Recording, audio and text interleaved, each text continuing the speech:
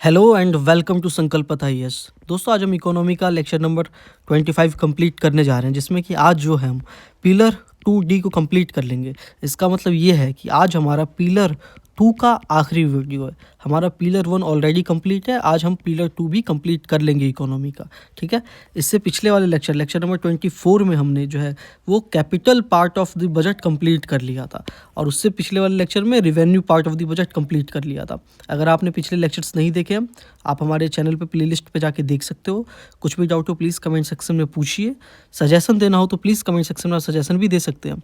साथ में इस वीडियो को लाइक शेयर कीजिए, चैनल को सब्सक्राइब कीजिए, और हमारे जो टेलीग्राम चैनल है उसका भी लिंक आप सभी को डिस्क्रिप्शन बॉक्स में मिल जाएगा। संकल्प आईएएस के नाम से आप उसको भी ज्वाइन कर सकते हैं। तो आज जो हमको स्टार्ट करना है वो है टाइप्स ऑफ डेफिसिट से स्टार्ट करना है। डेफिसिट किसको कहते हैं हम, ठीक है। बजट को हम 3 पार्ट्स में डिवाइड कर सकते हैं, एक सरप्लस बजट, एक डेफिसिट बजट, एक बैलेंस्ड बजट। इसके बारे में आप सुनते होंगे न्यूज़ में। अगर तो गवर्नमेंट की इनकम जो है वो ज़्यादा है देन इट्स एक्सपेंडिचर, उसके खर्चे से ज़्यादा सरकार को अगर इनकम हो रहा है तो इसको क्या कहेंगे हम, सरप्लस बजट कहेंगे।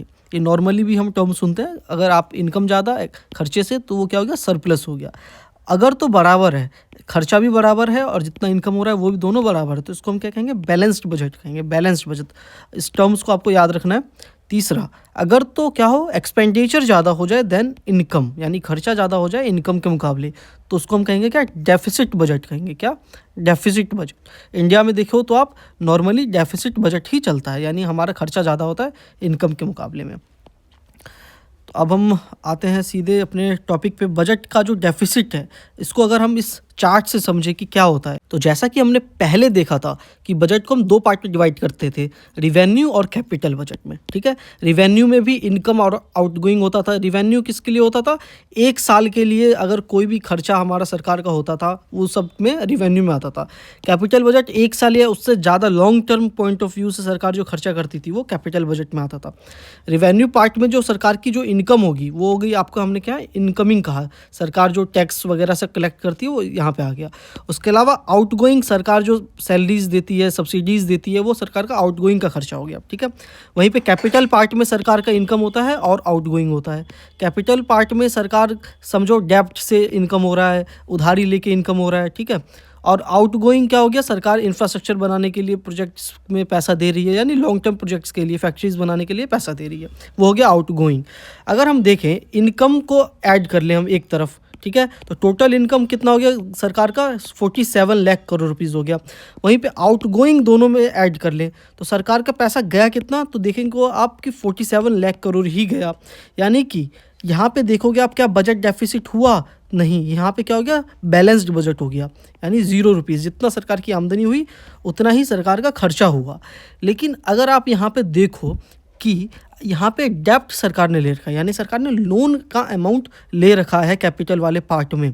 तो अगर तो लोन का अमाउंट सरकार नहीं लेती तो क्या हो जाता, बजट क्या हो जाता, डेफिसिट हो जाता। इसीलिए सरकार जब जब भी डेब्ट लेती है, इसका मतलब क्या है कि बजट का ऑटोमेटिकली डेफिसिट ही हो रहा है, क्योंकि वो जो डेब्ट है ना, एक तरह का फिजिकल डेफिसिट हो रहा है। अगर यहाँ पे 16 लाख रुपए करोड़ रुपए जो है वो नहीं लेती सरकार, तो यहाँ पे -16 लाख करोड़ रुपीज़ का अपना डेफिसिट होता। ठीक है, तो ये चीज़ आपको ध्यान रखना है। सरकार जो है उधारी पे पैसा लेके एक तरह से बजट को बैलेंस करने की कोशिश करती है। बजट डेफिसिट का फॉर्मूला देखें अगर हम तमिलनाडु टेक्स्ट बुक के हिसाब से, तो total expenditure minus total revenue, यानी जितना भी सरकार का खर्चा हो रहा है और जितना रिवेन्यू हो रहा है उसको माइनस करेंगे हम, तो क्या निकलेगा, बजट का डेफिसिट निकलेगा हमारा। ठीक है, तो जैसे कि मैंने कहा कि ये जो 16.8 लाख करोड़ बोरोविंग था, ये क्या है, सरकार के लिए फिजिकल डेफिसिट है। ये बजट में डेफिसिट का काम कर रहा है, यानी सरकार को ये पैसा क्योंकि वापस जमा करना है ना। तो फिजिकल डेफिसिट क्या हो गया, फिजिकल डेफिसिट का फॉर्मूला कि budget deficit plus governments market borrowing and liabilities. मतलब कि अगर हम देखें कि बजट डेफिसिट तो सरकार ने क्या कर दिया था, यहाँ पे 0 कर दिया था कर्जा लेके, तो बजट डेफिसिट 0 हो गया, प्लस गवर्नमेंट की जो मार्केट बोरोविंग है, यानी कि लोन जितना लिया है सरकार ने, यानी कि ये वाला पैसा, तो ये हो गया यहाँ पे लोन वाले अमाउंट में, ये क्या हो गया आपका फिजिकल डेफिसिट हो गया। ठीक है, तो आपको फॉर्मूला वाइज इसको याद रखना है। वहीं पे एनसीईआरटी में देखोगे तो आप फिजिकल डेफिसिट किस हिसाब से लिखा हुआ है, एनसीईआरटी में लिखा हुआ है कि फिजिकल डेफिसिट जो है वो डिफरेंस है बिटवीन गवर्नमेंट का total expenditure and it's total receipt excluding borrowing, यानी गवर्नमेंट ने कितना ज़्यादा खर्चा किया है और उसको कितना ज़्यादा आमदनी हुआ है, इन दोनों का डिफरेंस एक्सक्लूडिंग बोरोविंग, यानी उधारी को अगर आप छोड़ दो तो देखो यहाँ पे एक्सपेंस सरकार का इतना हुआ खर्चा, इनकम कितना हुआ इतना हुआ, बोरो को एक्सक्लूड कर दो यानी हटा दो, माइनस कर दो, फिजिकल डेफिसिट कितना हो गया ये दोनों प्लस यहाँ पे माइनस ये हो गया तो -68 लाख। मतलब क्या है कि दोनों चीज़ सेम ही है, फिजिकल डेफिसिट तमिलनाडु बुक के हिसाब से देखो या एनसीईआरटी के हिसाब से देखो, लेकिन कहने का तरीका यहाँ पे अलग अलग हो गया। ठीक है, बस आपको एक तरीका ही याद रखना है कि फिजिकल डेफिसिट किसको कहेंगे। अब एक क्वेश्चन है CDS 2021 में पूछा गया है, the excess of total expenditure of government over its total receipt excluding borrowing is primary deficit, fiscal deficit, current deficit, capital deficit. अभी हमने देखा ये क्या आंसर होगा, आप वीडियो पॉज करके आंसर लिख सकते हो। देखो यहाँ पे total expenditure of government over its total receipt excluding borrowing, अभी हमने देखा एनसीईआरटी में ये कहा गया फिजिकल डेफिसिट का ये डेफिनेशन है। ठीक है, चलते हैं हम आगे ग्रॉस फिजिकल डेफिसिट या नेट फिजिकल डेफिसिट हम किसको कहेंगे। अब सरकार जो है वो चाहे वो विदेश से कर्जा ले, वर्ल्ड बैंक से, इन सब से कर्जा ले, प्लस जो घर में जितना खर्चा सरकार कर्जा ले रही है, मतलब गवर्नमेंट सिक्योरिटीज़ इशू करके जो भी पैसा सरकार को मिल रहा है, SLR गवर्नमेंट सिक्योरिटीज़ जो स्टेट बैंक वगैरह दे रही है स्मॉल सेविंग स्कीम से, यानी कि आउटडोर और इनडोर दोनों मिला के सरकार जितना भी पैसा ले रही है उधारी पे, उसको क्या कहेंगे हम, gross physical deficit. Gross physical deficit term समझ में आ गया ना आपको। फिजिकल डेफिसिट क्या था कि सरकार कितना ज़्यादा कर्जा एक तरह से लोन ले रही है, वो फिजिकल डेफिसिट। और ग्रॉस फिजिकल डेफिसिट क्या हो गया कि टोटल बाहर से और अंदर से मिला के कितना कर्जा ले रही है, वो हो गया आपका क्या, ग्रॉस फिजिकल डेफिसिट। मान के चलो ये 10 रुपये था, उसके अलावा सरकार लोन भी तो देती है स्टेट्स को ना, पब्लिक सेक्टर एंटरप्राइजेस को लोन देती है, फॉरेन नेशंस को भी सरकार लोन देती है। तो यानी पहले तो सरकार ने खुद लोन लिया, उसमें से भी इन सबको लोन में अमाउंट बांटेगी, तो इसी को हम माइनस कर दें अगर, तो इसको क्या कहेंगे हम, नेट फिजिकल डेफिसिट कहेंगे। यानी सरकार ने 10 रुपये का लोन खुद लिया, 3 रुपये लोगों में बांट दिए, तो सरकार पे कितना टोटल बचा, 7 रुपये बचा ना, ये हो गया सरकार का नेट फिजिकल डेफिसिट। तो ये बहुत सारे टर्म्स हैं, आपको याद रखना है। ग्रॉस फिजिकल डेफिसिट समझ गए, इन दोनों को आप देख सकते हो एक बार, gross physical deficit, net borrowing at home, borrowing from RBI, borrowing from abroad. RBI से भी सरकार उधारी पे पैसा लेती है FRBM एक्ट के तहत, लेकिन कुछ लिमिटेशंस है। फिजिकल डेफिसिट नेट कितना हो गया कि ग्रॉस फिजिकल डेफिसिट माइनस का नेट लैंडिंग, जितना भी सरकार पैसा दे रही है वो हो गया क्या, नेट फिजिकल डेफिसिट, उसको माइनस करने के बाद। अब समझते हैं एक नया टर्म प्राइमरी डेफिसिट, आपको समझना है। प्राइमरी डेफिसिट क्या होगा, fiscal deficit minus interest to be paid on previous loan. सरकार ने जो भी पहले के लोन्स ले रखे हैं उस पर सरकार को क्या देना पड़ता है, इंटरेस्ट देना पड़ता है अभी भी। तो जितना भी सरकार का फिजिकल डेफिसिट है, जितना भी सरकार ने लोन ले रखा है, उसमें से अगर हम प्रीवियस लोन के इंटरेस्ट को माइनस कर दे तो हमको क्या मिलेगा, प्राइमरी डेफिसिट मिलेगा। प्राइमरी डेफिसिट में आपको इंटरेस्ट, ये जो शब्द है ना वो याद रखना है, क्योंकि क्वेश्चंस हो सकता है आगे आए कि प्राइमरी डेफिसिट है या फिजिकल डेफिसिट क्या है। तो प्राइमरी डेफिसिट में क्या है, इंटरेस्ट एक टर्म है ना, fiscal deficit minus interest to be paid on previous loans. ठीक है, ग्रॉस प्राइमरी डेफिसिट किसको कहेंगे, ग्रॉस का मतलब क्या हो गया यार, जितना भी ग्रॉस फिजिकल डेफिसिट होगा उसमें से नेट इंटरेस्ट लायबिलिटी को माइनस कर दोगे। मतलब समझो, जितना भी ग्रॉस फिजिकल डेफिसिट था, अभी हमने देखा था ना, ग्रॉस फिजिकल डेफिसिट जो था उसमें से अगर हम नेट इंटरेस्ट को लायबिलिटी को माइनस कर दे तो वो गया ग्रॉस प्राइमरी डेफिसिट। मतलब टोटल जितना सरकार का फिजिकल डेफिसिट है, टोटल सरकार को जितना लोन देना है उसको माइनस कर दोगे तो आपको क्या मिल जाएगा, ग्रॉस प्राइमरी डेफिसिट मिल जाएगा। ठीक है, अब समझते हैं रिवेन्यू डेफिसिट। रिवेन्यू डेफिसिट किसको कहते हैं, जब गवर्नमेंट स्पेंड करे ज़्यादा उसके इनकम से, ठीक है, तो वो हम रिवेन्यू अकाउंट में लिखते हैं, वो हो गया आपका रिवेन्यू डेफिसिट। यानी ना, समझ रहे हो, जितना इनकम हुआ उससे ज़्यादा सरकार ने खर्चा कर दिया तो वो गया रिवेन्यू का डेफिसिट। रिवेन्यू डेफिसिट का फॉर्मूला क्या हो गया, रिवेन्यू एक्सपेंडिचर माइनस का रिवेन्यू रिसिप्ट। जितना सरकार का खर्चा हुआ और जितना सरकार को आया ना, पैसा आया, रिसिप्ट आपको ध्यान रखना है, जितना सरकार के पास पैसा आया है। ठीक है, इफेक्टिव रिवेन्यू डेफिसिट वही यार, रिवेन्यू डेफिसिट माइनस ग्रांट्स, जितना भी सरकार ने ग्रांट्स वगैरह में फ्री में पैसा दे दिया है कैपिटल बनाने के लिए, उन सबको इफेक्टिव कहेंगे। इन टर्म्स को आपको देखो रटना नहीं है, बस एक दो बार आपको पढ़ लेना है ताकि थोड़ा बहुत क्वेश्चन आ जाए तो आप कर पाओ। ठीक है, इफेक्टिव रेवेन्यू डेफिसिट मैंने बता दिया कि हम जो है ग्रांट्स को, जो कि स्टेट्स को, लोकल बॉडीज़ को, इन सब में जो हम बांटे क्योंकि सरकार कुछ पोर्शन उनको भी देती है ना। तो अब समझो आप कि वो जो सरकार पैसा देती है इन स्टेट्स को ग्रांट्स में, वो किसी चीज़ के पर्टिकुलर होता है, मतलब कैपिटल बनाने के लिए, रोड्स बनाने के लिए, इंफ्रास्ट्रक्चर बनाने के लिए। तो सरकार ने क्या किया, सरकार ने कहा कि काम करते हैं हम नया टर्म बनाते हैं इफेक्टिव रेवेन्यू डेफिसिट, ताकि हमारा जितना भी रेवेन्यू डेफिसिट हो रहा है माइनस का ग्रांट कर दे तो वो इफेक्टिव हो जाएगा। अब सरकार ये नए टर्म्स लेके क्यों आती है? सरकार का मोटिव मेन ये होता है कि अपना जो डेफिसिट है ना वो कम दिखाना। क्यों कम दिखाना? क्योंकि सोचो अगर सरकार अपना डेफिसिट ज़्यादा दिखाएगी तो यहाँ पे अपोजिशन वाले हो हल्ला करेंगे, न्यूज़पेपर में आएगी, सरकार की बदनामी होगी, वोट्स नहीं मिलेंगे, समझ रहे हो, ये सारे टर्म्स। इस वजह से सरकार नए नए टर्म्स लाती है।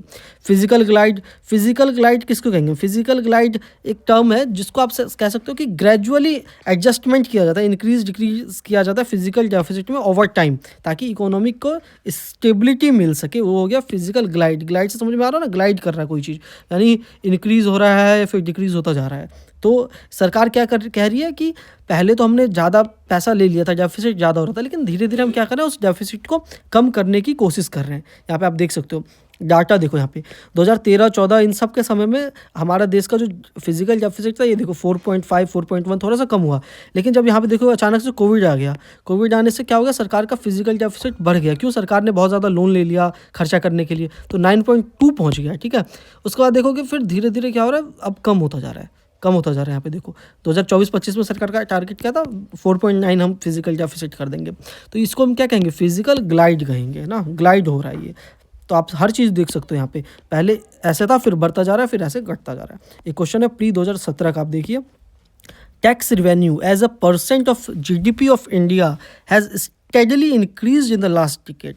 Physical deficit as a percent of GDP of India has steadily increase the last decade. कौन सा आंसर करेक्ट है?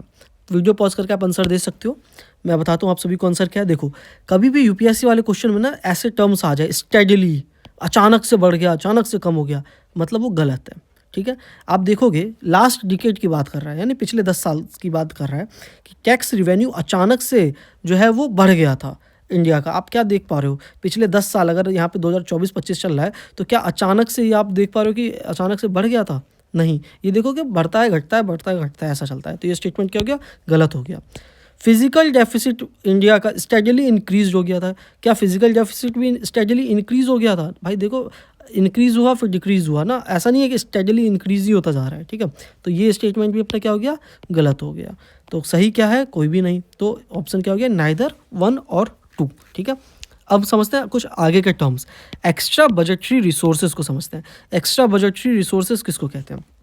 यहाँ पे आप समझो, यहाँ से सरकार की मान के चलो इनकम है 10,000 रुपये, एक्सपेंस है 12,000 रुपये, यानी खर्चा ज़्यादा है, तो सरकार क्या करेगी, 2,000 रुपये का उधारी पे पैसा लेगी। इसको क्या कहेंगे हम, फिजिकल डेफिसिट कहेंगे।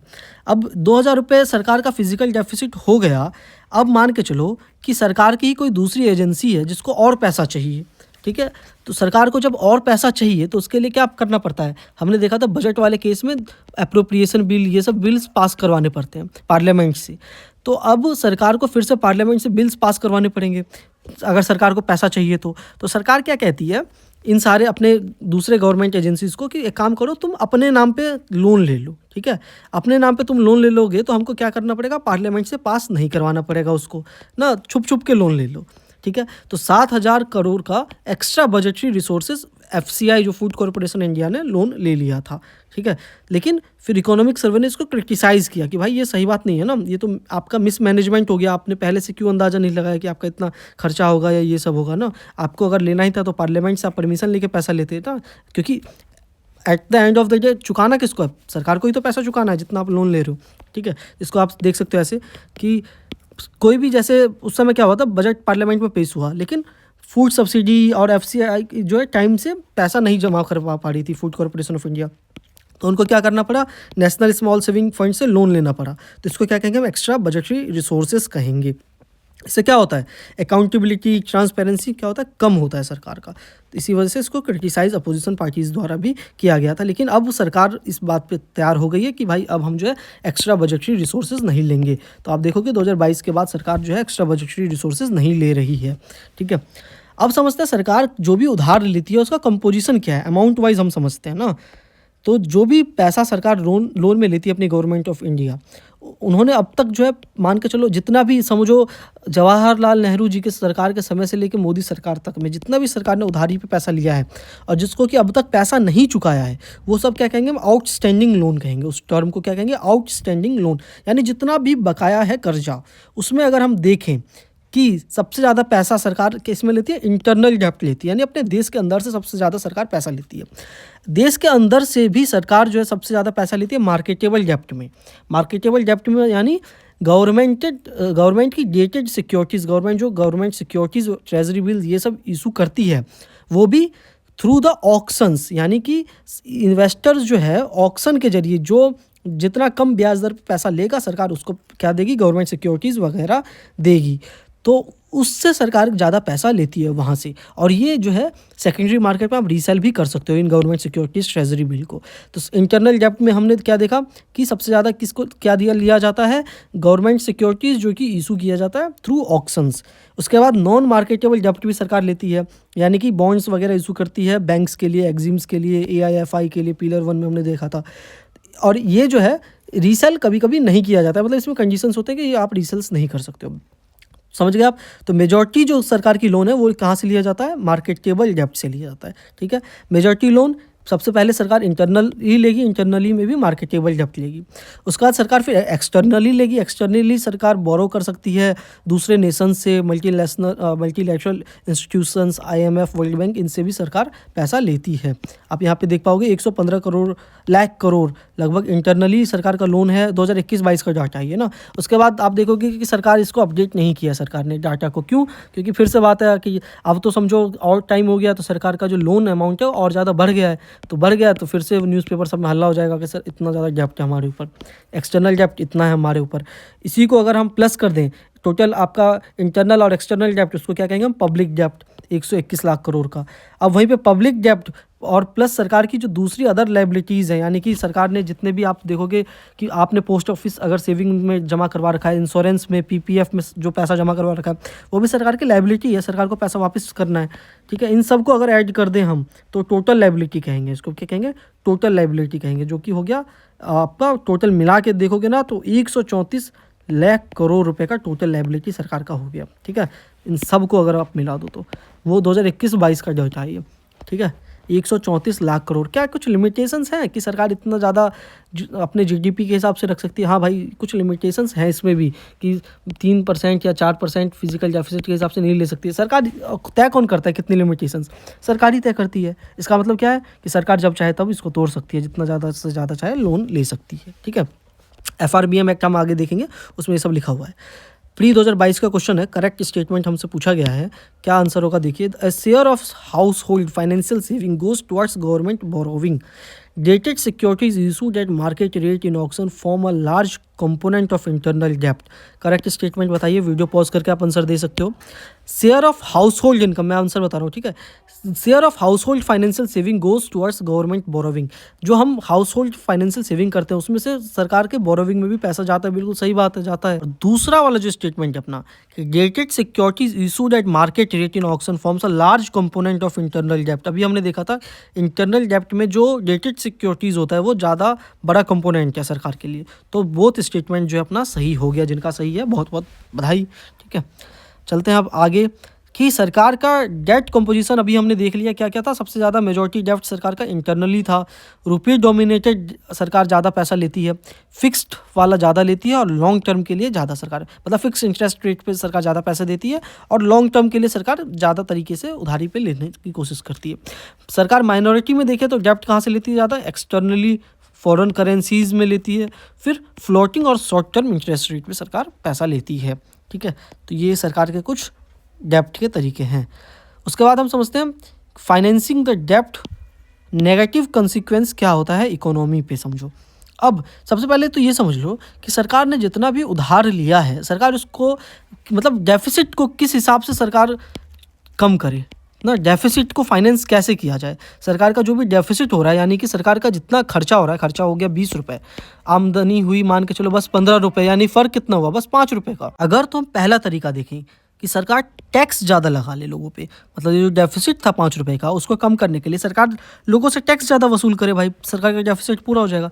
लेकिन हमने पहले देखा था कि सरकार जो है टैक्स ज़्यादा लगाएगी तो उससे क्या होगा, लोग जो है टैक्स का इवेज़न करेंगे, यानी टैक्स भरेंगे ही नहीं, बल्कि अलग-अलग लूप होल्स ढूँढ लेंगे टैक्स ना भरने की। हमने ऐसे बहुत सारे कर्व्स देखे थे, ठीक है? उसके बाद अगर हम दूसरा देखें कि सरकार ज़्यादा से ज़्यादा रुपया ही प्रिंट कर ले भाई, प्रिंट मोर मनी ना, अपना पैसा जो भी कम पड़ रहा है सरकार का उसके लिए। तो आप देखोगे सरकार ज़्यादा अगर रुपए प्रिंट कर देगी तो मनी सप्लाई बढ़ जाएगा, मनी सप्लाई बढ़ जाएगा तो हमने देखा था पिलर 1 में कि इन्फ्लेशन बढ़ जाएगा, यानी ये तरीका भी गया। तीसरा लास्ट तरीका सरकार के पास क्या बचता है, बोरोविंग, भाई उधार ले लो डेफिसिट को कम करने के लिए, यही एक तरीका सरकार के पास बचता है।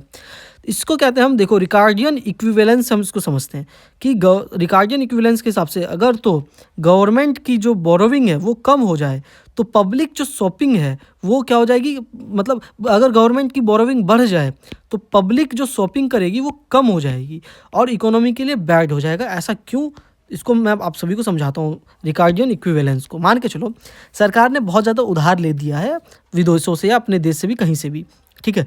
अच्छा एक चीज़ मैं आपको बता दूँ, ये जो अब हम पढ़ने वाले हैं ना, इसमें हम देखेंगे कि प्रोज और कॉन्स दोनों हम ही बताएंगे कि इस चीज़ का फ़ायदा क्या नुकसान क्या है, क्योंकि हर चीज़ का फ़ायदा और नुकसान दोनों होता है। अभी हमने देखा कि सरकार के पास एक ही ऑप्शन बचता है, उधार ज़्यादा लेना। लेकिन उधार लेने में भी दिक्कत क्या है, उधार लेने में भी दिक्कत यह, सरकार ज़्यादा पैसा उधार लेगी तो जो लोग हैं उनको पता है कि भाई एक दिन तो सरकार उस उधार को, पैसे को चुकाना भी तो है, उधार के पैसे को चुकाना है, तो लोग क्या करेंगे, पहले से ही पैसा जमा करना चालू कर देंगे। क्यों? क्योंकि सरकार जो पैसा चुकाएगी वो कहाँ से लेके, लोगों से लेके ही। तो जब लोग पैसा जमा करना चालू कर देंगे तो शॉपिंग कम करेंगे और वो इकोनॉमी के लिए ख़राब है, ठीक है। तो ये एक और भी तरीका हो गया, ठीक है। अब टैक्स रेट को बढ़ाने में लेफर कर्व जो मैं जिसकी बात कर रहा था, ठीक है। रिचार्जन इक्विवेलेंस मैंने बात की, फाइनेंसिंग द डेब्ट से। अब देखो अगर आप कि ये जो रिचार्जन इक्विवेलेंस है वो इंडिया के लिए इनवैलिड है, ऐसा इकोनॉमिक सर्वे का कहना है। ऐसा क्यों कहना है आप ये समझो। मैंने बताया कि रिचार्जन इक्विवेलेंस जो है काम करता है कि सरकार पैसा ज़्यादा लेगी तो हो सकता है टैक्स ज़्यादा बढ़ा दे, उसको चुकाने के लिए इनकम टैक्स बढ़ाएगी सरकार, तो लोगों इस वजह से पहले से पैसा जमा करके रखेंगे ताकि फ्यूचर में वो जो है पैसा जमा करवा सकें, मतलब उनको दिक्कत ना हो, ठीक है। लेकिन इंडिया में ये केस इनवैलिड क्यों होता है, क्योंकि इंडिया में बहुत ज़्यादा लोग इनकम टैक्स ही नहीं भरते भाई। इंडिया में आपको पता ही है कितने % लोग मुश्किल से हार्डली पैसा भरते हैं। सरकार जो है 100 रुपये अगर इंडिया में जीडीपी में कलेक्ट हो रहा है ना, तो मुश्किल से सरकार के पास 10 से 12 रुपये जो है ना एज अ टैक्स सरकार के पास आता है। सोचो बस इतना कम। विकसित देशों में ये होता है, मतलब समझो 20-25 रुपये करीब जो है सरकार के पास आता है पैसा, ठीक है। उसके अलावा लोग टैक्स इवेजन करते हैं, ब्लैक मनी करते हैं, तो यानी मोस्ट पीपल जो है इनकम टैक्स ही नहीं भरते। तो इस वजह से ये इक्वेशन अब इंडिया में क्या इक्विवेलेंट नहीं, क्योंकि इंडिया में लोग जो है वो अपने मतलब मर्जी के हिसाब से जो चाहे तब खरीद ले सकते हैं ना। इंडिया में ज़्यादा मतलब देखते नहीं है कि अरे ये सब हो सकता है ऐसा ना, ज़्यादा लोगों को इतना ठीक पता भी नहीं है, लोगों को समझ ज़्यादा नहीं है कि ना जितना उधारी लेंगे हम उतना चुकाना पड़ेगा ये सब, ठीक है। तो ये भी हो गया अपना। अब क्राउडिंग आउट एक टर्म है, मैं आपको वो समझा देता हूँ। यहाँ पे कहीं पे दे रखा क्या क्राउडिंग आउट, ये देखो ये रहा crowding out of private investment. Economic survey 2021 ने कहा कि उनको कुछ एविडेंस मिले हैं क्राउडिंग आउट का प्राइवेट कंपनीज़ का इंडिया में 1950 से लेकर 1990s तक। ऐसा क्यों, क्राउडिंग आउट होता क्या है? क्राउडिंग आउट का मतलब ये होता है कि भाई सरकार जो है ना वो प्राइवेट प्लेयर्स को धक्का मार के बाहर निकाल देती है और कहती है लोगों से कि भाई तुम हमको ही बस लोन दो, सरकार को लोन दो, इन लोगों को लोन मत दो। ये होता है क्राउडिंग आउट, ठीक है। किस तरीके से, अभी जैसे इकोनॉमिक सर्वे ने कहा कि 50 से 90s तक क्राउडिंग आउट होता था। कैसे? क्योंकि उस समय पे CRR SLR सब बहुत ज़्यादा हाई था। और CRR SLR क्या था कि गवर्नमेंट मतलब बैंक्स को जो है ये एक तरह का पैसा रखना पड़ता है RBI के पास अपने पास, तो वो पैसा एक तरह से सरकार के पास ही जाता है। तो इस वजह से प्राइवेट इन्वेस्टमेंट्स वालों को, प्राइवेट प्लेयर्स को पैसा नहीं गया वो क्या हो गया, क्राउडिंग आउट हो गए। लार्ज प्राइवेट सेक्टर बैंक्स उस समय पे थे ही नहीं। अब तो बहुत सारे प्राइवेट सेक्टर्स बैंक्स आ चुके हैं पैसा देने के लिए, ठीक है।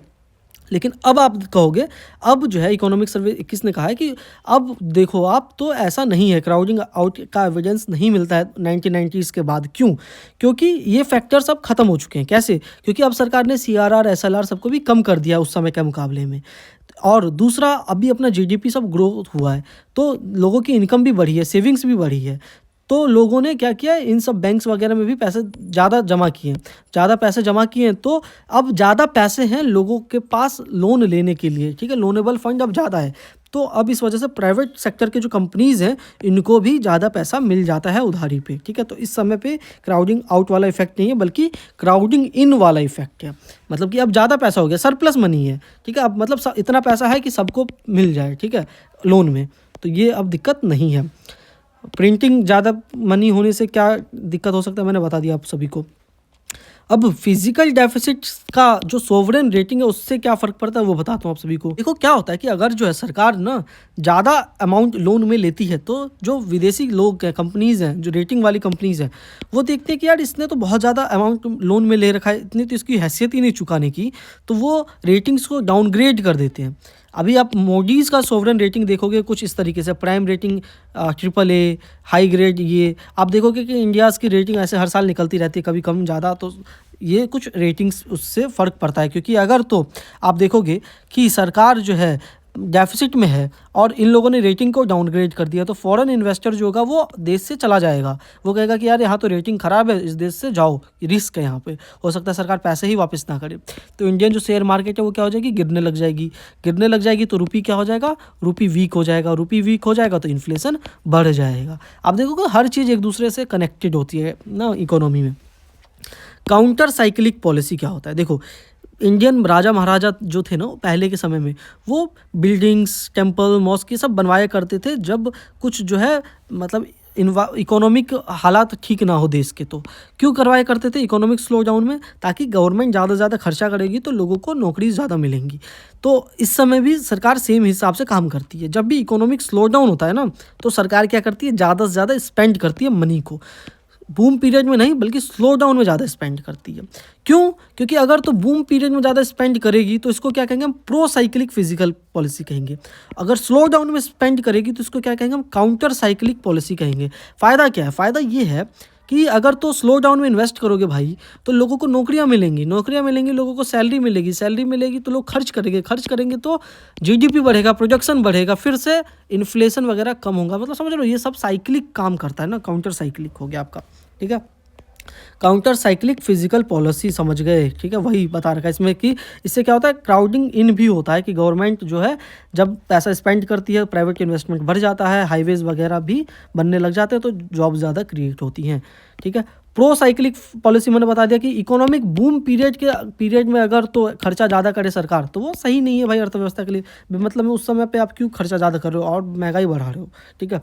एक एमसीक्यू है, देखो सीडीएस में पूछा गया है, the increase in private investment spending induced by the increase in government spending is known as crowding in, डेब्ट financing, crowding out, pumping out. क्या कहेंगे, अभी हमने देखा कि अगर तो प्राइवेट इन्वेस्टमेंट इंक्रीज हो जाए, spending induced by increase in the government spending, crowding out या क्राउडिंग इन, अभी हमने देखा, तो ये क्या कहेंगे हम, क्राउडिंग इन कहेंगे इसको ना, कि सरकार जो है प्राइवेट इन्वेस्टमेंट भी इंक्रीज हो जाए, spending induced by increase in government spending. अगर तो सरकार ज़्यादा खर्च करने लग जाए, सरकार ज़्यादा खर्च करेगी तो क्या फ़ायदा होगा कि प्राइवेट इन्वेस्टमेंट को भी पैसा मिलेगा ना, सरकार ज़्यादा खर्च करेगी तो इसको क्या कहेंगे, क्राउडिंग इन कहेंगे, ठीक है।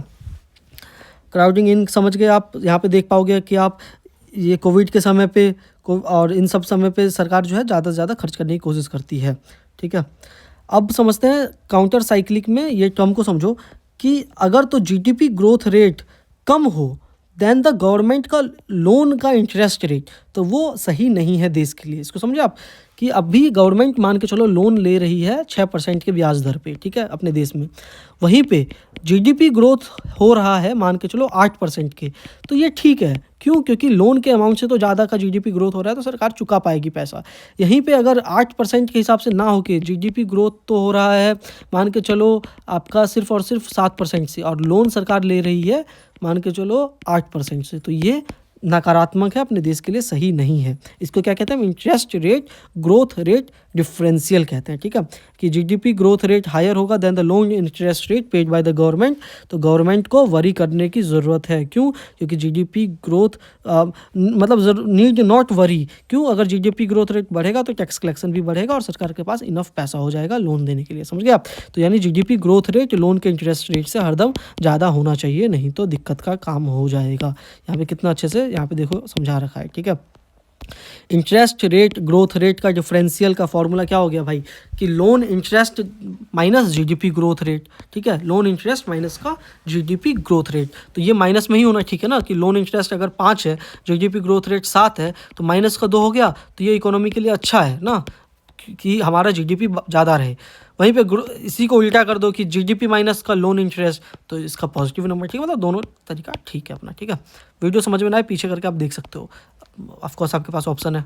ठीक है, उसके बाद हम समझे ऐसा ही सेम एक डोमार थे, उन्होंने भी एक कुछ काउंटर साइक्लिक डेट सस्टेनेबिलिटी के लिए कुछ फार्मूला दिया था, उसका भी काम सेम ही था, कि इसी तरीके कंसेप्ट पे कि आपका जीडीपी ज़्यादा होना चाहिए लोन इंटरेस्ट पे। ठीक है, अब समझते हैं ऑटोमेटिक स्टेबलाइजर्स किसको कहते हैं। ऑटोमेटिक स्टेबलाइजर का मतलब यार समझो बहुत आसान शब्दों में, कि अगर तो इकोनॉमी का स्लो डाउन चल रहा है, स्लो डाउन पीरियड में अगर आप मान के चलो आप पहले कमाते थे let's suppose 9 lakh rupees per annum, ठीक है, जब बूम पीरियड चल रहा था, तो आपको टैक्स वगैरह देना पड़ेगा, सीधी सी बात है। इकोनॉमिक स्लो डाउन हो गया और आप जो है कमाने लग गए 5 लाख पर एनम। ठीक है, आपकी सैलरी क्या हो गई, कम हो गई, 5 लाख पर एनम हो गई, तो क्या आपको सरकार की तरफ से कुछ राहत मिलेगा? तो बिल्कुल मिलेगा, लेकिन क्या सरकार उसके लिए कुछ कदम उठाएगी? नहीं, बिना कदम उठाए मिल जाएगा। कैसे? इसी को कहते हैं ऑटोमेटिक स्टेबलाइजर। कैसे समझो, कि पहले 9 लाख थे तो आपके टैक्सेबल इनकम में आते थे, आपको हो सकता है मान के चलो लेट्स सपोज कि आपको 10,000 रुपये टैक्स देना पड़ता था, लेकिन जैसे ही आप 5 लाख में आए तो आप भाई टैक्स के स्लैब से बाहर हो गए, तो यानी कि अब टैक्स आपको नहीं देना है। टैक्स नहीं देना है तो 10,000 रुपये तो आपका पहले ही बच गया। ठीक है, उसके अलावा बहुत सारी जो गवर्नमेंट की स्कीम्स हैं, जिसमें क्या होता है, जो उसकी एलिजिबिलिटी क्राइटेरिया होती है कि आप इनकम टैक्स नहीं भरने चाहिए, तो अब आप इनकम टैक्स नहीं भर रहे हो तो आप बहुत सारे स्कीम्स का भी पार्ट हो गए, तो आप उसमें भी आपको फ़ायदा मिल गया। तो ये आपके लिए ऑटोमेटिक स्टेबलाइज़र का इसने काम किया, समझ गए आप। ये मैं आपको जो बताना चाह रहा हूँ, ये होता है सरकार का ऑटोमेटिक स्टेबलाइज़र। इससे रिलेटेड कुछ और चीज़ें समझते हो। यहाँ पे देखो कितना अच्छा एग्जांपल में दे रखा है कि जेठालाल है, बूम पीरियड में उसकी इनकम इतने रुपए थी, इनकम टैक्स उसको इतने रुपए देना पड़ रहा था, तो वेलफेयर स्कीम्स में उसको सरकार की तरफ से 1 रुपये भी नहीं मिलेगा। फिर उस समय उसका डिस्पोजेबल इनकम देखे तो डिस्पोजेबल इनकम यानी जितना आप उस पर खर्च करने के लिए बचा वो इतने रुपये था। स्लो डाउन हुआ, उसकी इनकम कम हो गई, भाई टीवी फ्रिज कम बिकने लग गए, तो इनकम टैक्स रिजीम से बाहर हो गया, इनकम टैक्स 0 रुपये देना पड़ा। वेलफेयर स्कीम अब उसको मिलने लग गया पैसा, तो डिस्पोजेबल इनकम आप देखोगे कि बहुत ज़्यादा जो कम हो जाना चाहिए था वो बहुत ज़्यादा कम नहीं हुआ। ठीक है, तो इसको क्या कहेंगे हम, ऑटोमेटिक स्टेबलाइज़र कहेंगे। तो ऑटोमेटिक स्टेबलाइज़र के लिए ज़रूरत नहीं है एग्जिस्टिंग टैक्स लॉ में बदलाव करना, क्योंकि ऑटोमेटिकली हो जाता है भाई। ठीक है, इकोनॉमिक स्लो डाउन के समय पे। लेकिन आपको इसमें एक चीज़ ध्यान रखना है कि ये जो काम करता है ना, सिर्फ और सिर्फ personal income tax automatic stabiliser में काम करता है। ठीक है, यानी कि income tax, corporation tax, unemployment allowance, ये सब ऑटोमेटिक स्टेबलाइजर इसको आप कह सकते हो। ठीक है, लेकिन अगर बात करो आप काउंटर फिजिकल पॉलिसी या फिर ऐसी चीज़ों की जैसे आपका जीएसटी हो गया, रेपो रेट हो गया, इसमें सरकार को अलग से दखल अंदाजी करना पड़ेगा, तब जाके मामला सही होगा। कैसे? डायरेक्ट टैक्सेस में तो स्लैब्स बने हुए हैं कि अगर आप यहाँ से नीचे आ गए तो आपको पैसा देना है, यहाँ से नीचे आ गए तो मतलब पैसा नहीं देना, इस तरीके से। क्या जीएसटी में स्लैब्स बना हुआ है? जीएसटी में तो मतलब अगर महंगाई है फिर भी 5 रुपये की बिस्किट मिलेगी, और अगर महंगाई नहीं है फिर भी 5 रुपये की बिस्किट मिलेगी। क्या ऐसा कुछ ऑटोमेटिक चीज़ है कि अगर तो समझो कि देश में कोरोना आ गया तो 5 वाली बिस्किट 4 रुपये की हो गई? ऐसा कुछ ऑटोमेटिक तो नहीं होता है। हाँ, सरकार दखल अंदाजी करके हो सकता है कि जीएसटी रेट में बदलाव करके उसको कम कर सके, तो इसको क्या कहेंगे हम, ये डिस्क्रिशनरी स्टेबलाइजर हो गया। क्या? Discretionary stabiliser. ऑटोमेटिक समझ गए और डिस्क्रिशनरी भी आप समझ गए होगे। अब समझते हैं, which of the following function as an automatic stabiliser in the context of fiscal and monetary policy of an economy.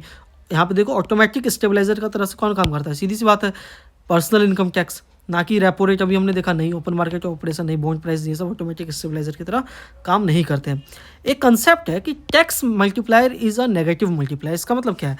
अगर तो टैक्स बढ़ेगा ना तो जीडीपी की जो आउटपुट है वो कम हो जाएगी। समझे आप? क्यों?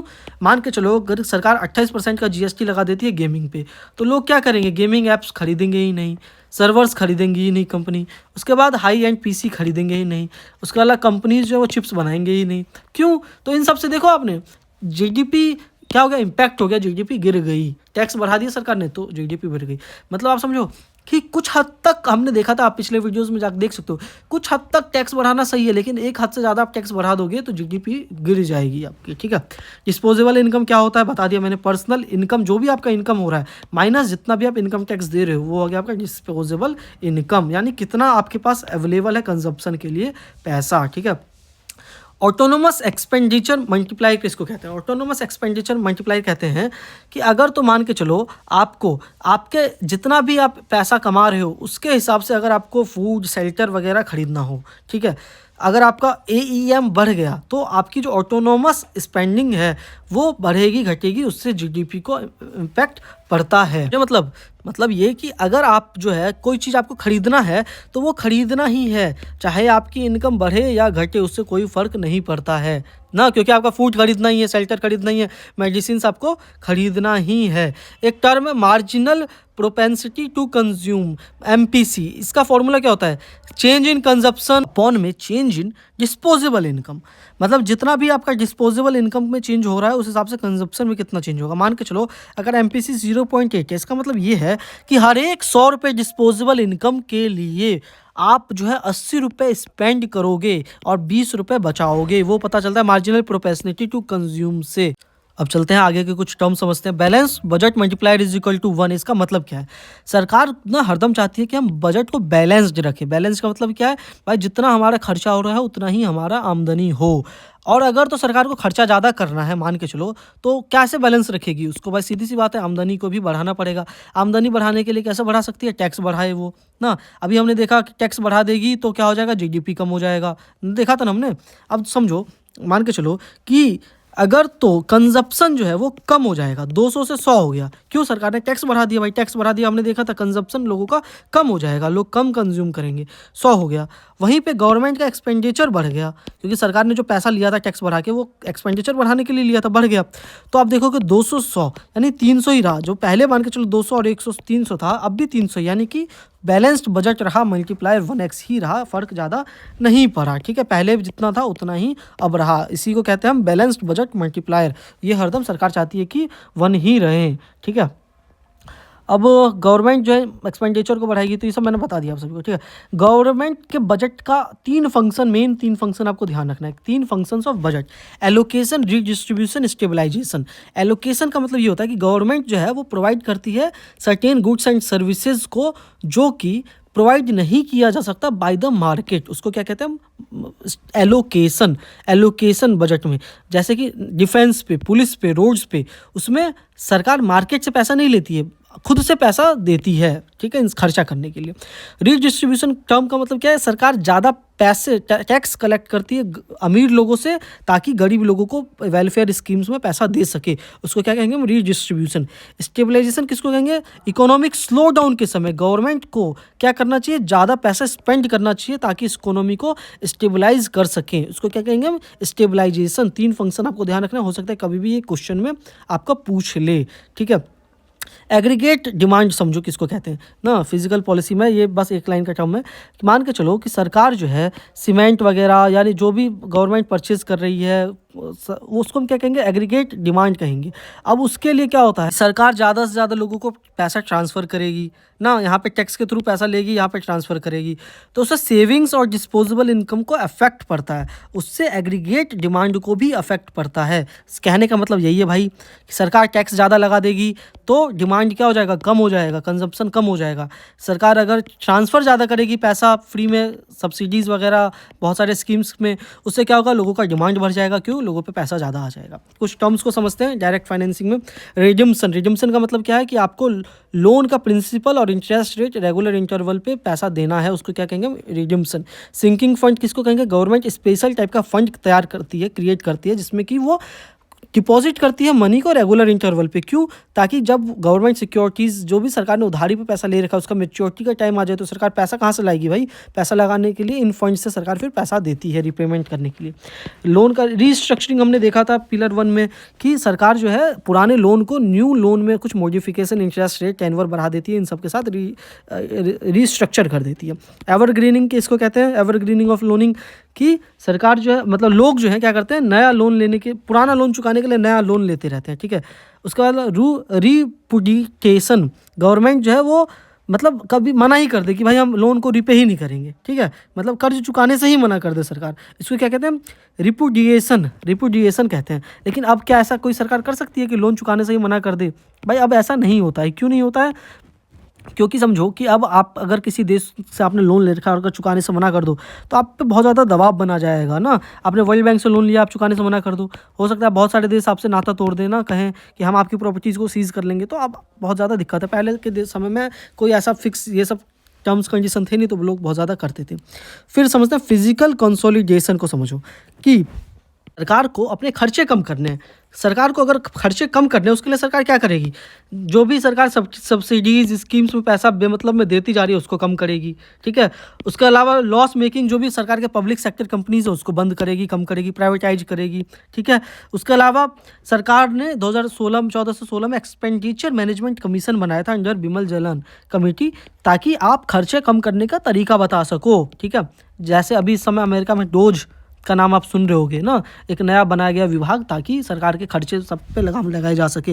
वैसे ही अपनी भारत सरकार 2014-16 में ही ये कमीशन बना चुकी थी।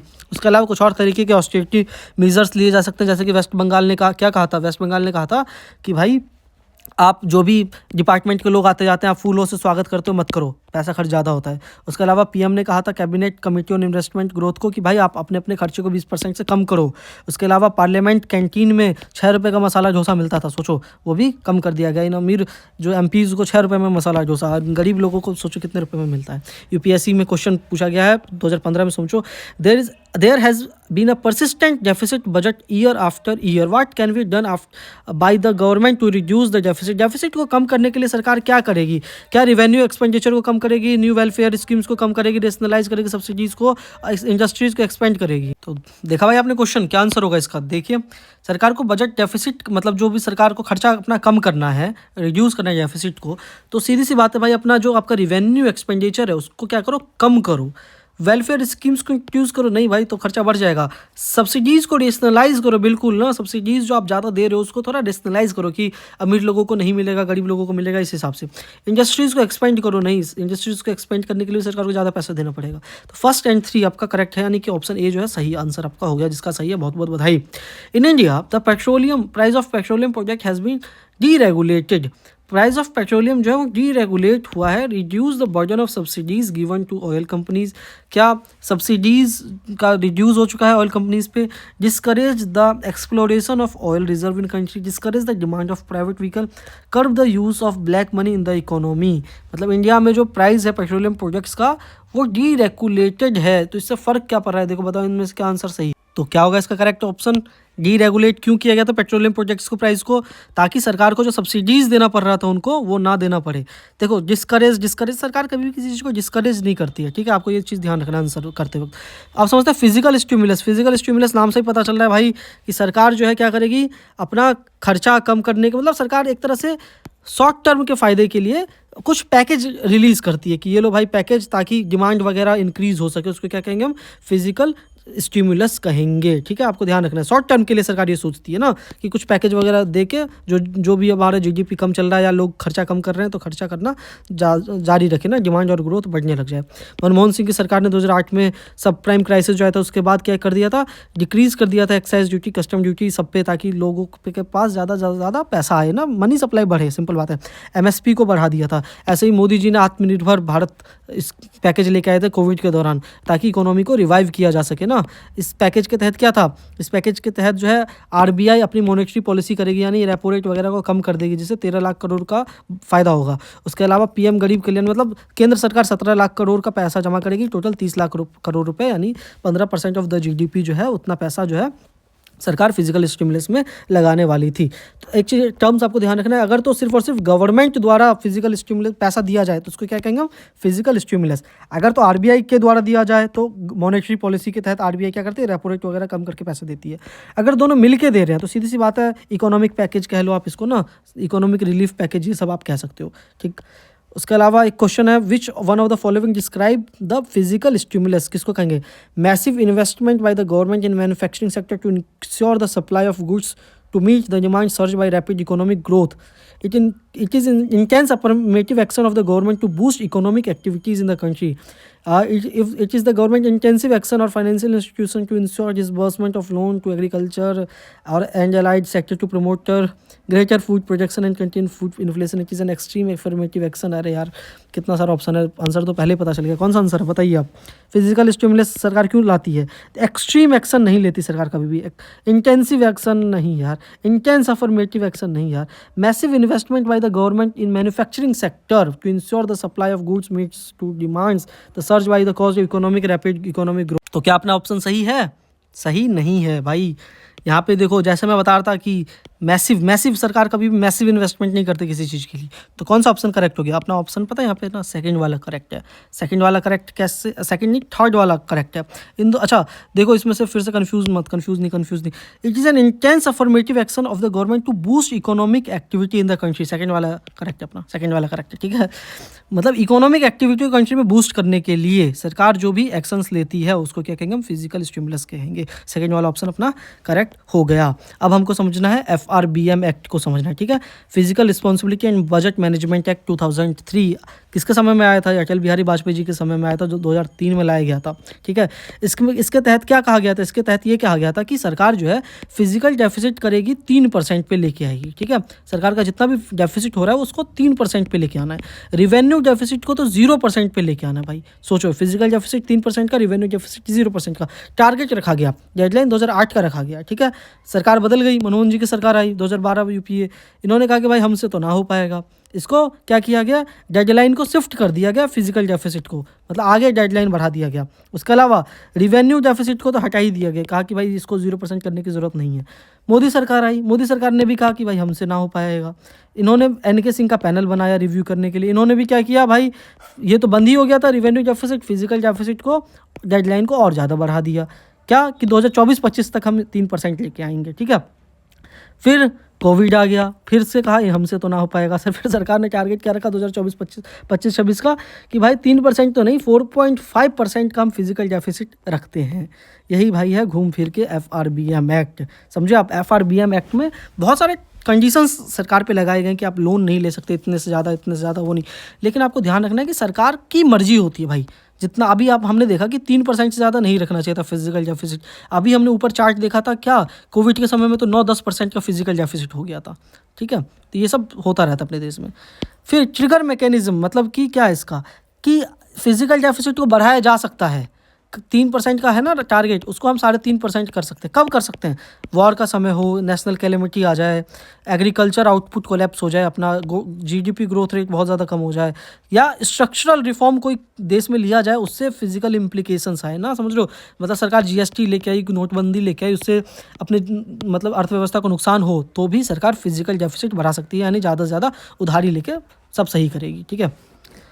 ये सब अपना इंपॉर्टेंट नहीं है। FRBM एक्ट में ना कुछ डॉक्यूमेंट्स हैं, उस मतलब वो डॉक्यूमेंट यार सरकार को देना पड़ता है। जैसे कि बजट में आपको पता है ना, जो अप्रोप्रिएशन बिल और 2-3 तरह के बिल जो पेश करने पड़ते हैं, वैसे FRBM एक्ट में मैक्रो इकोनॉमिक्स, मीडियम टर्म की फिजिकल पॉलिसी की strategy, medium term expenditure framework, ये सब बनाना पड़ता है। एक लाइन में याद रखना है, बाकी कुछ काम का नहीं है अपने लिए, ठीक है।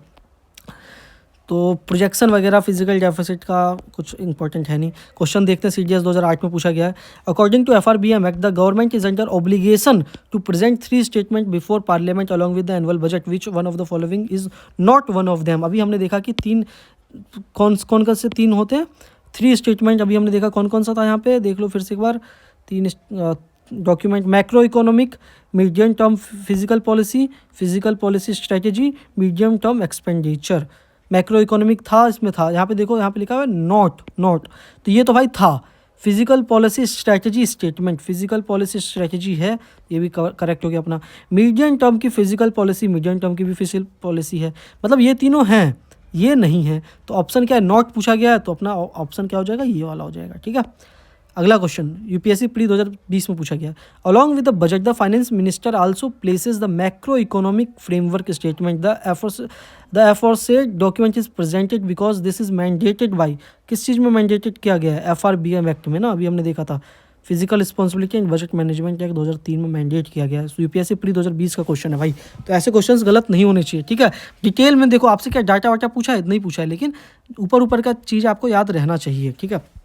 अब केंद्र सरकार, राज्य सरकार सबको क्या करती है, हेल्प करती है। एफआरबीएम एक्ट में लिखा गया है कि यूनियन डिसाइड करेगी कि स्टेट गवर्नमेंट कितना ज़्यादा बोरो कर सकती है। वो कौन डिसाइड करेगा, यूनियन गवर्नमेंट। तो यूनियन गवर्नमेंट ने बोरो सीलिंग लगा रखी है 3% का, यानी कि स्टेट गवर्नमेंट अपने जीएसडीपी का जितना भी ग्रॉस स्टेट डोमेस्टिक प्रोडक्ट, जितना भी वो गुड्स एंड वैल्यू प्रोड्यूस कर रहे हैं एक साल में, उसका 3% से ज़्यादा का आप नहीं ले सकती है।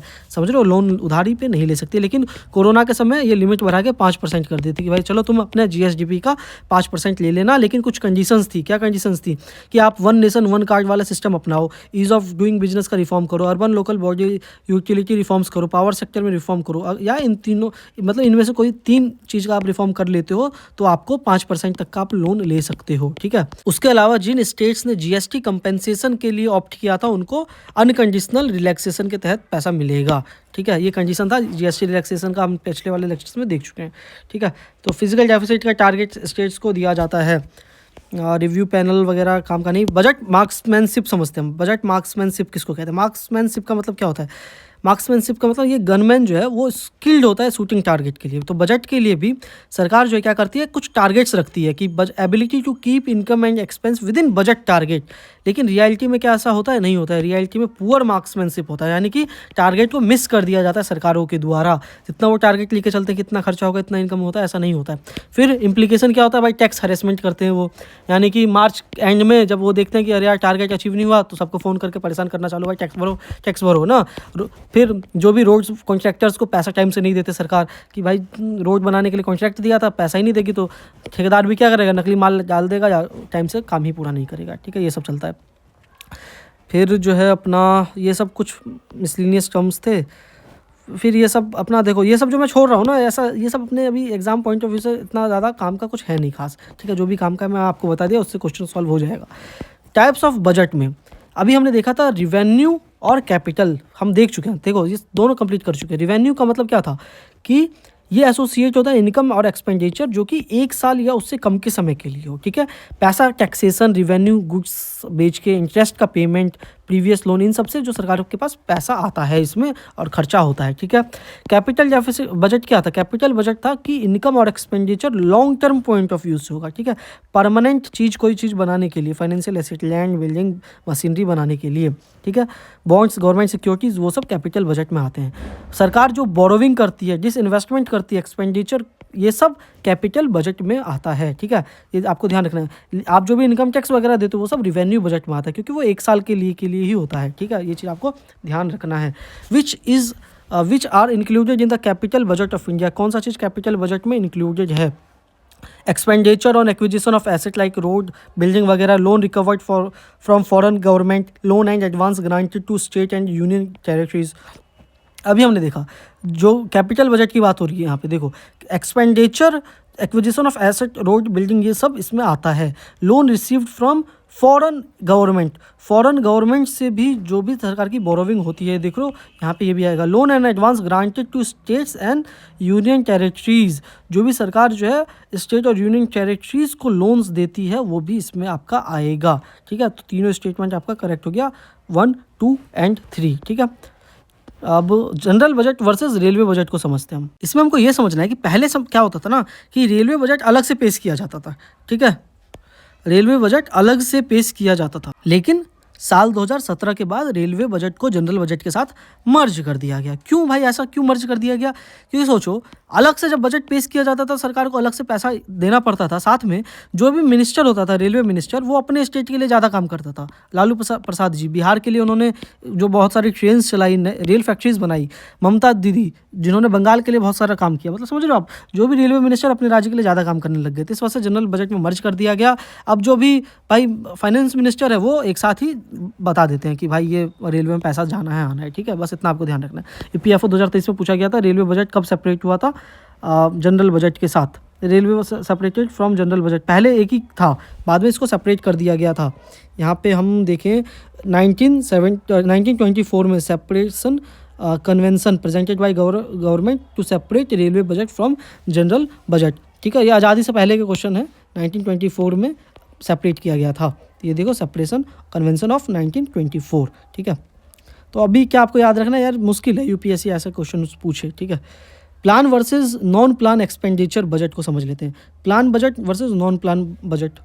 बजट 2017 से पहले क्या होता था ना, सरकार प्लान बजट अलग से लॉन्च बताती थी, नॉन प्लान एक्सपेंडिचर बजट अलग से बताती थी। लेकिन 2017 के बाद सरकार ने बंद कर दिया। क्यों बंद कर दिया भाई? आपको पता है प्लानिंग कमीशन 2015 में ख़त्म कर दिया था, 5 पंचवर्षीय योजना जो बताता था। तो और उसके अलावा कोई कॉन्स्टिट्यूशनल रिक्वायरमेंट था नहीं, तो सरकार ने कहा ख़त्म करो यार plan versus non plan. Plan versus non plan में था क्या, सरकार बता देती थी कि मतलब प्लान तरीके से खर्चा कितना करेंगे हम, नॉन प्लान तरीके से यानी कि डिफेंस में या इन सब में कितना खर्चा करेंगे, ये सब। ठीक है, तो ये सरकार नॉन प्लान और प्लान तरीके से बता देती थी टोटल एक्सपेंस का। बजट का 2 पार्ट, इनकम कितना हुआ, एक्सपेंस कितना हुआ। ठीक है, अब ये अलग तरीके से नहीं है, एक ही में बता देती है। ठीक है, ये काम का इतना ज़्यादा अपना है नहीं। बजटिंग के कुछ टर्म समझ लेते हैं। बजटिंग क्या होता है? प्रोसेस या स्ट्रेटेजी जिससे कि बजट को क्रिएट किया जाता है। ट्रेडिशनल बजट क्या होता था? पहले सिंपली कैलकुलेट कर देना कि कितना इनकम हुआ, कितना एक्सपेंडिचर होगा, बिना मेज़र करना कि उससे कितना फ़ायदा हुआ है देश को ना खर्चा करने पे। तो ट्रेडिशनल उसको बजट कहते थे। ठीक है, फिर परफॉर्मेंस बजटिंग आया, जिसमें क्या किया गया कि इनकम और एक्सपेंडिचर तो कैलकुलेट होता ही है, साथ में कितना ज़्यादा फ़ायदा हुआ। आपने किसी 2 रुपये किसी चीज़ पे खर्च किए तो सरकार को कितना फ़ायदा हुआ। ठीक है, इसमें कॉस्ट बेनिफिट रेशो सरकार का पता चलता है, बेनिफिट कितना हुआ, एफिशिएंसी क्या है सरकार का, उसको कहेंगे परफॉर्मेंस बजटिंग। ये मोदी सरकार ने चालू किया लाना। जीरो बेस्ड बजटिंग देखो किसको कहते हैं। पहले के बजटिंग में क्या होता था कि ऐसा अप्रोच था ऑटोमेटिक और इंक्रीमेंट, यानी कि कोई स्कीम चल रहा है, मान के चलो 2500 रुपये लोगों को देना है, वो हर साल चलता रहेगा, पिछले फिर 2600 रुपये हो जाएगा, फिर 2700 रुपये, मतलब बढ़ता जाएगा। या मान के चलो कि डिफेंस में मान के चलो $90 बिलियन का बजट दिया गया, तो उसके बाद ये अप्रोच किया जाएगा कि इस साल 95 देना है, मतलब बढ़ा के हर साल देना है। क्यों? उसके पीछे का मतलब कुछ असर हो रहा है, नहीं हो रहा है ग्राउंड लेवल पे, या सरकार का पैसा बर्बाद जा रहा है, तो ये सब बिना सोचे जो है ट्रेडिशनल बजट पेश किया जाता था। जीरो बजट का मतलब ये है कि भाई अब ना हर एक डिपार्टमेंट को जस्टिफाई करना पड़ता है कि भाई तुम जो भी बजट का डिमांड कर रहे हो किस बेसिस पे कर रहे हो, मेरे को बताओ। जैसे कि लास्ट ईयर 50,000 करोड़ रुपए एजुकेशन स्कीम्स में इन्वेस्ट किया गया, लेकिन आप देखोगे कि क्लास 5वीं के जो बच्चा है ना, उनको भी दूसरी क्लास के बुक्स नहीं पढ़ पाते हैं वो। तो भाई एक तरह से पैसे का मिसयूज़ हुआ ना, ये पैसे खत्म कहाँ गए, कोई इसका जवाबदेही नहीं। तो सरकार ने कहा कि भाई अब तुम हमको जवाबदेही दो, तब जाके हम तुमको पैसा देंगे। सनसेट बजटिंग में क्या होता है? कोई स्कीम पहले चलती थी तो चलती ही रहती थी ना, मनरेगा आपको पता है चल ही रही है, मिड डे मील चल ही रही है। जीरो बेस्ड बजटिंग में क्या अभी हमने देखा क्या कि सरकार चाहे तो डिसकंटिन्यू भी कर सकती है, मतलब हर साल रिव्यू करती है। सनसेट बजटिंग में क्या होता है कि सरकार डेडलाइन घोषित करती है कि किसी स्कीम का कि ये इतने से इतने पीरियड के लिए है। इसीलिए अभी आप देखोगे कोई भी स्कीम आता है ना, उसका एक डेडलाइन पीरियड होता है कि ये इतने सालों के लिए, फिर हो सकता है बाद में सरकार उसको बढ़ा दे, वो अलग बात है ना, डेडलाइन पीरियड इस समय होता है। जनरल बजट में पहले अब मतलब क्या होता था कि सरकार जो है ना वुमेन स्पेसिफिक अलग से प्रेजेंट करते थे कि वुमेन्स के लिए हमने इतना रुपए जो है वो खर्चा किया है। फाइनेंस मिनिस्ट्री अलग से सेपरेट वुमेन स्पेसिफिक एक्सपेंडिचर बताती थी डॉक्यूमेंट में, मतलब 2 पार्ट्स में कि 100% वुमेन्स को जो भी खर्चा मिला पार्ट ए में बताएंगे, एटलीस्ट 3% पैसा वुमेन्स में गया है तो वो पार्ट बी में बताएंगे। लेकिन अब क्या कर दिया है 2024 से कि अब 3 पार्ट बना दिया है, यानी 30% से कम भी जो वुमेन्स के लिए खर्चा किया जाएगा उसको एक पार्ट सी में बनाया जाएगा। ये पीएम किसान योजना जैसे कि हो गया, फार्मर्स को दिया जाता है, वो पार्ट सी में लिखा जाता है। अब किसान तो भाई महिलाएं भी हो सकती है, पुरुष भी हो सकती हैं, लेकिन वो वुमेन्स वाले में लिखा जाता है। यार समझो, बजट में ना सरकार बढ़ा चढ़ा कर हर चीज़ को बताती है, छोटे से टर्म को, ताकि क्यों वाहवाही हो देश में, ये चलता है सिस्टम अपना। ट्राइबल सब प्लान 70s सबसे क्या होने लग गया ना कि गवर्नमेंट को अलग से रिक्वायर्ड हो गया कि आप जो भी SC/STs और उनके जो वेलफेयर के लिए अलग से प्लान बनाओ, उनके लिए अलग से फंड बनाओ, मतलब उनके डेवलपमेंट वगैरह के लिए सब था बस। आउटकम फ्रेमवर्क स्कीम्स बनाए गया। आउटकम फ्रेमवर्क स्कीम्स क्या था? मतलब सरकार पहले देखती है कि स्कीम्स में कितना ज़्यादा खर्चा हुआ, फिर क्या आउटपुट रहा उसका और क्या आउटकम रहा। मतलब प्रधानमंत्री ग्रामीण डिजिटल साक्षरता अभियान है जिसमें 400 करोड़ रुपए लाया गया, जिसमें कि कंप्यूटर ट्रेनिंग दिया गया 5 करोड़ पर्सन को रूरल एरिया में। तो सरकार देखेगी कि क्या क्या सही में डिजिटली लिटरेट पर्सन की संख्या बढ़ी है नहीं बढ़ी है, फ़ायदा हुआ है या नहीं हुआ है। तो ये भाई बाहर के जो समझो सरकार दे देती है, ऑडिट करके लेके आओ, पूछ के आओ लोगों को कि सरकार सही में फ़ायदा हुआ है या नहीं हुआ है, लोगों को नौकरी मिली भी नहीं मिली है। तो 2017 के बाद से ऐसा चलाया गया, लेकिन अभी चल रहा है नहीं चल रहा है कुछ आता पता नहीं। लैप्सेबल फंड को समझते हैं। लैप्सेबल फंड किसको कहते हैं? अप्रोप्रिएशन एक्ट जो है वो अलाउ करता है गवर्नमेंट को खर्चा करना कंसोलिडेटेड फंड ऑफ इंडिया से 1 साल के लिए। कितने साल के लिए? 1 साल के लिए। वो 31 मार्च को ख़त्म हो जाता है। अगर तो किसी डिपार्टमेंट ने वो पैसा खर्च नहीं किया है, अनयूटिलाइज रह गया है, तो वो लैप्स हो जाएगा, रूल ऑफ लैप्स होता है। फिर उसके बाद अगले साल फिर से पार्लियामेंट की अप्रूवल चाहिए होगी अप्रोप्रिएशन बिल में, ताकि आप खर्च करना है, ठीक है। इसीलिए मार्च के समय में क्या हो जाता है ना, जितने भी अधिकारीगण हैं वो रस में आ जाते हैं कि भाई पैसा बचाओ, पैसे को खर्च करो जल्दी से। मतलब 100 रुपये का सामान को 500 में खरीदो, 1000 में खरीदो। क्यों? क्योंकि घूस का भी पैसा मिलना है ना। तो ये सब सिस्टम चालू हो जाता है मार्च के एंड में अपने देश में, लैप्सेबल फंड में। उसके अलावा इसी चीज़ को बचने के लिए फाइनेंस मिनिस्ट्री ने डायरेक्टिव इशू किया कि भाई आप हर एक 4th क्वार्टर पे ना मतलब आपको क्या करना पड़ेगा, फिक्स अमाउंट कर दिया कि आप इससे ज़्यादा पैसा खर्च नहीं कर सकते या इतना खर्च कर सकते हो, ये सब, ठीक है। फिर नॉन लैप्सेबल फंड, नॉन ऐसे फंड भी होते हैं भाई जो लैप्स नहीं होते हैं, ठीक है। वो आप जो है अगर वो पैसा खर्च नहीं हुआ है तो वो आगे आपका इकट्ठा होता रहेगा, आप जब चाहे उसको खर्च करो, ठीक है। तो आप देखोगे कि डिपार्टमेंट ऑफ इकोनॉमिक अफेयर्स के अंदर आता है कि निर्भया फंड, यानी वुमेन सेफ्टी के लिए। मतलब जब निर्भया कांड हुआ तो उसके बाद एक निर्भया फंड बनाया गया था ताकि वुमेन सेफ्टी रिलेटेड प्रोजेक्ट्स को इसमें से फंडिंग मिल सके। आप देखोगे कि ये नॉन लैप्सेबल फंड है। नॉन लैप्सेबल फंड है तो डिपार्टमेंट जो बहुत ज़्यादा लेजी बन गए, इसको खर्च ही नहीं करते। सोचो पैसा को 2018 में 3000 करोड़ रुपए इसमें जमा है सरकार का। मतलब 50% पैसा अभी तक यूटिलाइज ही नहीं किया गया है। सोचो सरकार के पास पैसा है लेकिन सरकार खर्च ही नहीं कर रही है वुमेन की सेफ्टी में।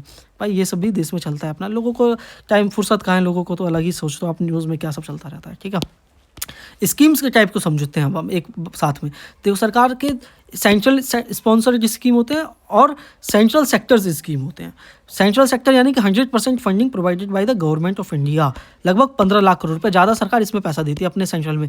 यूरिया की subsidy, production linked incentive subsidies, MP let's. पता है आपको हर एक एमपी को 5-5 करोड़ रुपए मिलते हैं खर्च करने के लिए, डेवलपमेंट प्रोजेक्ट्स के लिए। सोचो स्टेट गवर्नमेंट अलग से पैसा देती है, नगर निगम सबको, एमपीज़ को अलग से मिलते हैं। कितना खर्च करते हैं आप सोचिए। आरटीआई भाई फाइल करो अपने अपने एमपी से, पूछो कितना रुपए खर्च किया है।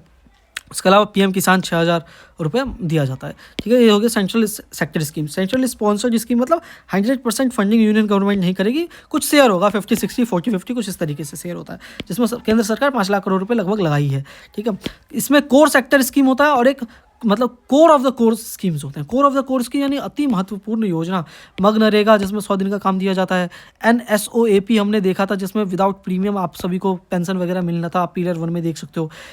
SC के डेवलपमेंट के लिए, STs के डेवलपमेंट, वल्नरेबल माइनॉरिटीज़ सबके डेवलपमेंट के लिए जो है core of the core schemes. Core schemes में कौन सा आता है? PM जय, जो भी आपका आयुष्मान भारत, जल जीवन मिशन, PM आवास योजना, ग्राम सड़क योजना, स्वच्छ भारत स्कीम्स, ये सब हो गया आपका कुछ कोर स्कीम सरकार के। तो ये स्कीम्स आपको ध्यान में होने चाहिए।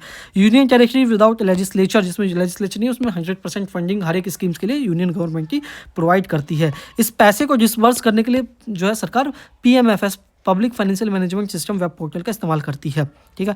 बजट 2022 से CSS रेशनलाइज किया गया। CSS यानी सेंट्रल स्पॉन्सर्ड स्कीम को रेशनलाइज किया गया, कम किया गया। पहले आप देखोगे 130 करीब इस सरकार की स्कीम थी, एक जैसी बहुत सारी स्कीम सरकार चला देती है, उसको कम करके 65 किया गया। शिवराज सिंह चौहान के अध्यक्षता में एक पैनल बनाई गई थी, नीति आयोग ने फॉर्म किया था, जिसमें स्कीम्स को मर्ज करके ख़त्म करके 65 करीब आ गया था 2022 में। सोचो फिर बढ़ गए भाई यार। सोचो सरकार जब जब चुनाव आता है, सरकार नए नए स्कीम्स 50 जात के ले आती है। ये लो काम सबका एक ही होता है। Effective monitoring duplication of efforts, इससे कम होता है ना स्कीम्स को, कम डुप्लीकेशन ऑफ एफर्ट कम होगा, सरकार का जो खर्चा है वो भी कम होगा और डेफिसिट भी कम होगा।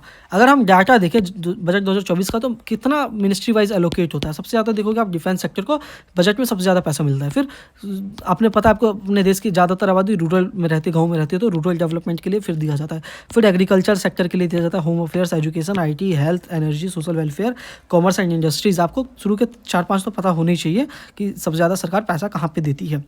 उसके अलावा सरकार ने रिजल्ट बेस्ड फाइनेंसिंग चालू किया institute of input based financing. Input based financing क्या था कि सरकार पैसा देती रहेगी ना सामान वामान खरीदने के लिए, लेकिन रिजल्ट बेस्ड में सरकार ने कहा कि भाई हमको रिजल्ट चाहिए। मतलब कि हम आपको पैसा दे रहे हैं तो हमको रोज़ 15 किलोमीटर का रोड कंस्ट्रक्ट चाहिए, 80% का स्किल ट्रेनिंग को जॉब मिलना ही चाहिए। ये हो गया रिजल्ट बेस्ड फाइनेंसिंग। सरकार ने ऐसा कहा था। भाई असल में क्या होता है कुछ पता जाता नहीं। मतलब फिर सरकार मतलब ऐसा उसका डाटा रिलीज़ नहीं करती ना कि भाई इतना रिजल्ट बेस्ड हो रहा है नहीं हो रहा है ये सब।